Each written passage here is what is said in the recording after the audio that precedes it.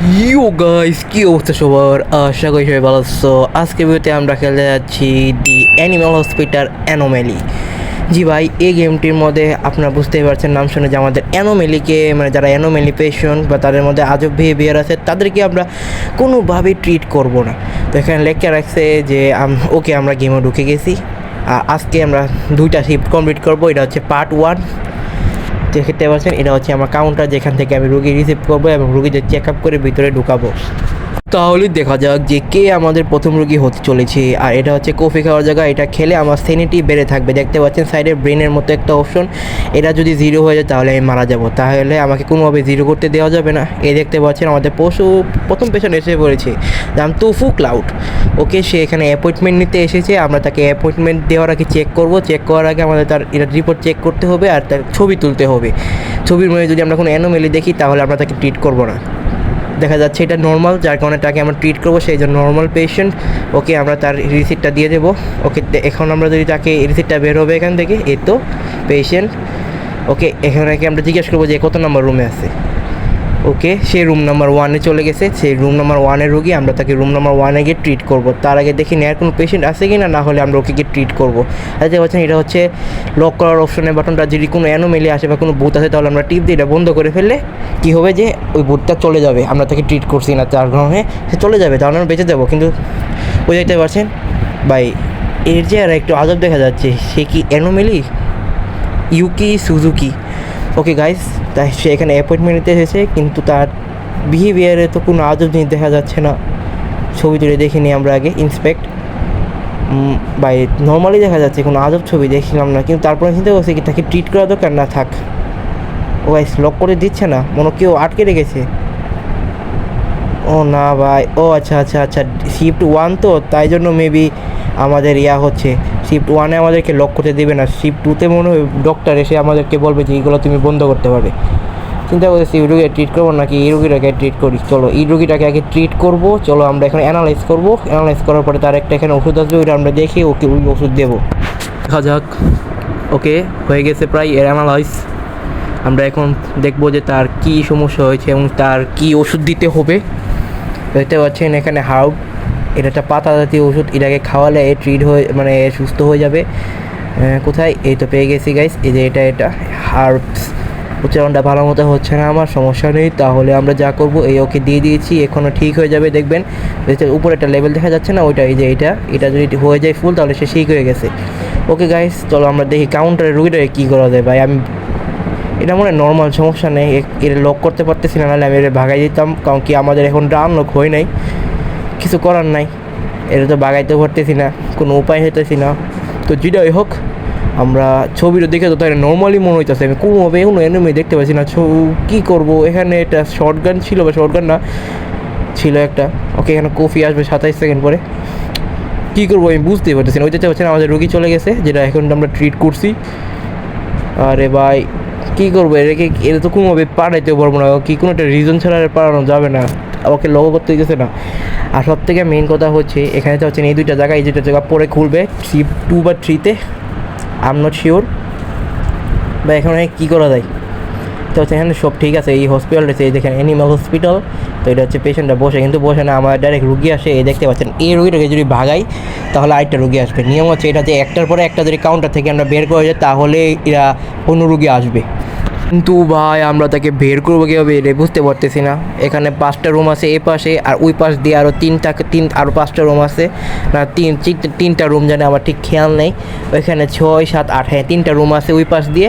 আর এই দেখতে পাচ্ছেন এই রুগীটারে কী যে করবো, অ্যাপয়েন্টমেন্ট দিয়েই দে, সমস্যা নেই, কিছু যা হইব দেখা যাবো। ওকে গাইস, আমরা না পেরে বাধ্য হয়ে তাকে পেশেন্ট বানাইতে, মানে পেশেন্টের মানে টিকিটটা দিতে বাধ্য হয়েছি। সেই রুম নাম্বার 2 পেয়েছে। ওকে, তুমি রুম নাম্বার 2-তে যাও আপাতত। এখন আমরা নর্মাল একটা রোগী যদি পাই তাহলে খুবই ভালো হবে। কিন্তু ভাই বুঝতে পারতেছি না যে এখন এরা যদি ভূত এতে তুলে তো ভাই আবার মানে গার্মেন্ট খেলে ভাই আমি কী করবো চিন্তা করছি ভাই। এর মধ্যে তখন আসো আজব কোনো জিনিস ভাই, এলোমেলো কিছু দেখতে পারতেছি না। তার কারণে আমি বুঝতে পারছি না কি সে কি আসলেই পেশেন্ট।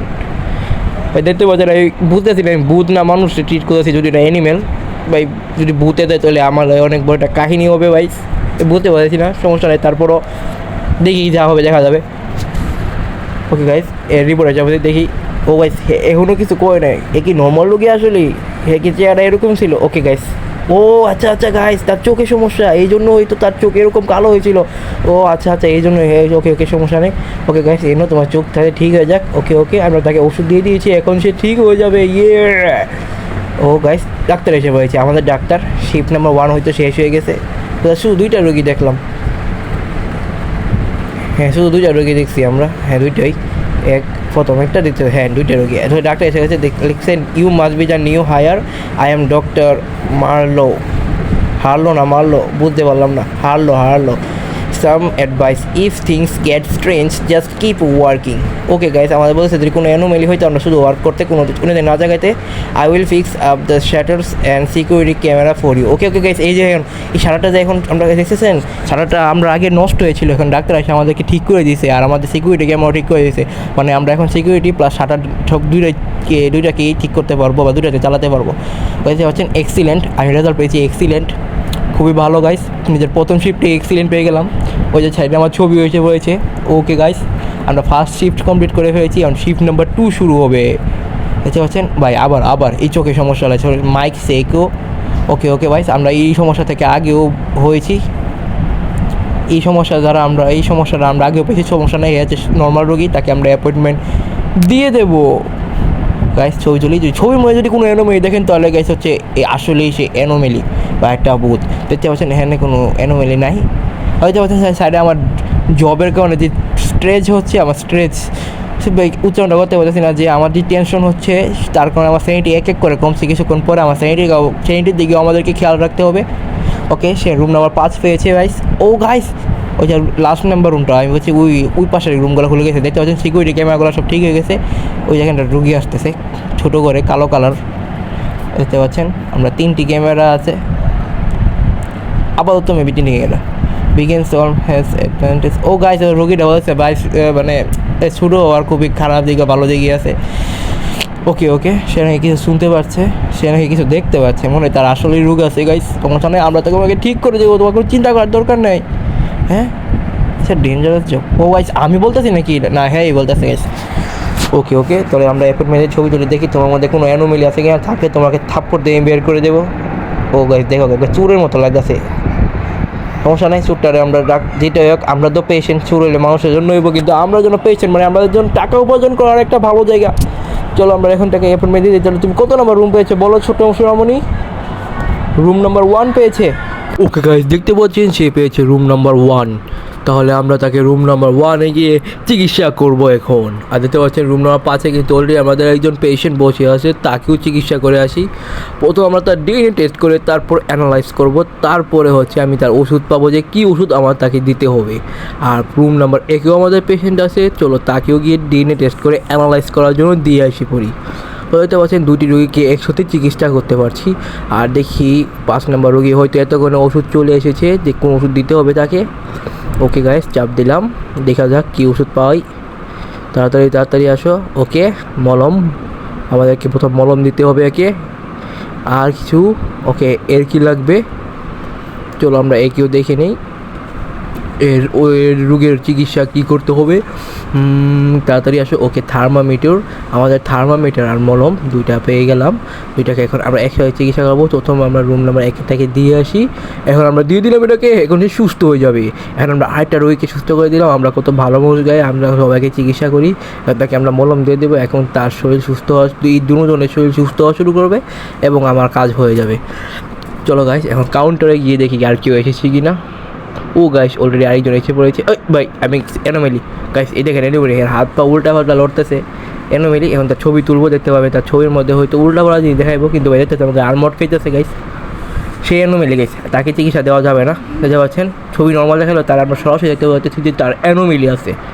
হ্যাঁ গাইস, এখন আমরা তাকে কোনোভাবে আমরা তাকে অ্যাপয়েন্টমেন্ট দেবো না। সরি ভাইয়া, তোমার যে অবস্থা হতে দেখতে পাচ্ছ, তোমার হাত পা নিজের কন্ট্রোলে নেই।